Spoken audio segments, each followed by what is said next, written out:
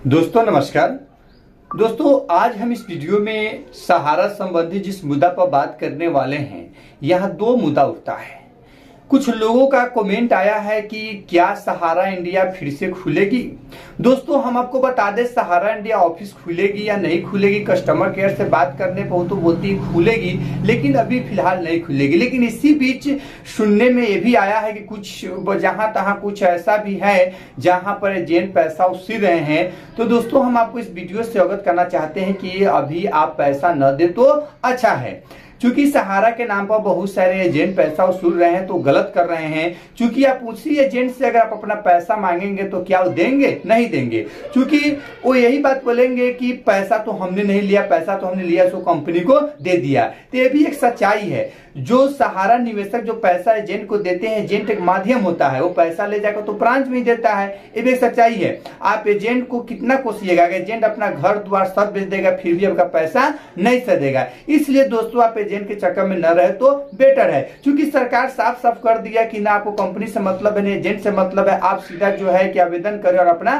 पैसा पावे, एकदम साफ हो गया है। इसलिए आप अभी भी एजेंट के चक्कर में न पड़े, आप अपने से कुछ अपना दिमाग लगावे और अपना कार्य को आगे बढ़ावे। लेकिन जहां तहां से जो मैसेज आ रहा है क्या सहारा ब्रांच खुलेगी, क्या अभी पैसा जमा होगा, तो दोस्तों इस संबंध में अभी कुछ नहीं कहा जा सकता। अभी जो आपका पैसा इसमें जमा है वो पैसा लेने का चेष्टा कीजिए। दूसरी बात इसमें ये आता है कि इस कंपनी का जब लाइसेंस 2012 में खत्म हो गया था, तो आपको मालूम होना चाहिए एक चीज, मैं अपना ओपिनियन बताना चाहता हूं और आप लोग कमेंट से भी जानना चाहता हूं कि आपको मालूम है 2014 में मोदी का सरकार बना था। उससे पहले राहुल गांधी का कहना है कि 2013 में मोदी जी सहारा से कुछ पैसा लिए थे। ये आप जो है ये जानकारी हमने पिछले वीडियो में राहुल गांधी जी के जो द्वारा दिए हैं, उस चीज को आप सुन सकते हैं।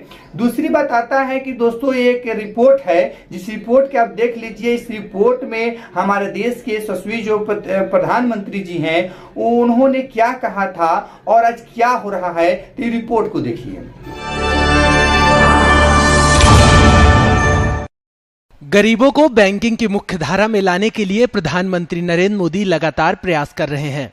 केंद्र सरकार ने आम आदमी के पैसे को धोखाधड़ी से बचाने के उद्देश्य से कुछ नए नियमों पर काम करने की योजना बनाई है। सरकार का उद्देश्य है कि आम आदमी से अनैतिक रूप से पैसे जमा कराने वालों पर नकेल कसी जाए। ऐसे लोग फर्जी योजनाओं के जरिए लोगों का पैसा इकट्ठा करते हैं और बड़ा मुनाफा कमाते हैं। उदाहरण के रूप में सरकार ने सहारा योजना बनाई है। कंपनी के प्रमुख सुब्रत रॉय पर अनैतिक रूप से लोगों का पैसा जमा करने और गबन करने का आरोप लगा। सुप्रीम कोर्ट ने सहारा को निवेशकों का पैसा लौटाने का आदेश दिया था, लेकिन जब वह पैसा नहीं लौटा पाए तो उन्हें जेल भेज दिया गया। वित्त मामलों की संसदीय कमेटी के सदस्य निशिकांत शर्मा ने कहा कि ऐसे नियम बनाए जाएं जिससे भविष्य में सहारा जैसे फ्रॉड ना हो सके। इस मामले में केंद्र सरकार जुलाई में संसद में विधेयक पेश करेगी, जिससे कमजोर बिलों को खत्म कर नए बिल को लागू करने का प्रावधान होगा, जो गरीब तबके के पैसों को डूबने से बचाने की दिशा में अहम कदम होगा। ब्यूरो रिपोर्ट, पत्रिका टीवी। दोस्तों आपने रिपोर्ट में देखा पाया, इस रिपोर्ट से आपको यही लगता है कि जब मोदी जी 2014 के बाद जो एक्शन लिए, लगभग की दोस्तों आपको बात है 15 की, 15, 5, 20, 22 यानी 15-16 की बात है। 7 साल पहले की वीडियो हम आपको दिखाए हैं कि इसमें मोदी जी एक्शन लिए थे कि जितने भी नॉन गवर्नमेंट कंपनी है जिसमें पैसा लोगों का फंस रहा है उस सब पर कार्रवाई होगी। तो फिर सहारा पर क्यों नहीं कार्रवाई हुआ, ये सबसे बड़ी मुद्दा है, जबकि 2012 में इसका लाइसेंस खत्म हो चुका था। फिर दूसरा बात ये आता है कि 2014 में सही बात है कि बहुत सारे जितने भी नॉन बैंकिंग कंपनी थे सब कुछ बंद हो गया। जब तक मोदी जी नहीं थे उसके पहले जो है कि सारा कंपनी चल रहा था। तो भाई चल रहा था तो हम ये नहीं कहेंगे कि मोदी जी में गलती है कि कांग्रेस में गलती है। हो सकता है कांग्रेस में भी गलतियां हो सकती है, क्योंकि उस समय उन्होंने छानबीन नहीं किया। क्योंकि 12 में जब लाइसेंस खत्म हुआ सहारा का तो फिर ये सरकार कहाँ थी, ये भी ध्यान इनका भी नहीं आया। और फिर जब इनका सरकार आया ये भी ध्यान नहीं दिए। 2014 में जब इनका सरकार बना तो उस समय जो है जितने भी नॉन गवर्नमेंट कंपनियां थी बहुत सारा बंद हो गया, जैसे सनशाइन था, रोज वैली था, बहुत सारे ऐसा कंपनियां था जो बंद हो गया। लेकिन सहारा इंडिया बंद नहीं हुआ, वो आसानी से आपको हमको लगता है कि 19-20 तक ले आसानी से लोगों को पेमेंट दिया, लेकिन मतलब कहने का मतलब किस तरह पेमेंट दिया, 19 के बाद किस तरह पेमेंट दिया, तो आप पैसा दे हाथ से लाओ और फिर पैसा ले जाओ, क्योंकि उस समय इन्होंने कन्वर्जन में लग गया। तो और धीरे मतलब पैसा आधा देता था और आधा से ज्यादा फिक्स डिपॉजिट करवा लेता था इस तरह से। लेकिन फिर भी इस पर जो है कि सरकार का भी ख्याल नहीं आया और सहारा इस तरह से जो है कि जमा पीड़ितों को लूटते रहा और लूटते लूटते एक विशाल लूट कर ढल लिया। क्योंकि माना जा रहा है तो देश में सबसे बड़ा स्कैम हमको लगता है कि सहारा का ही स्कैम है। 86,000 करोड़ रुपया जो है कि लोग का इसमें जमा है। दोस्तों एक सच्चाई है कि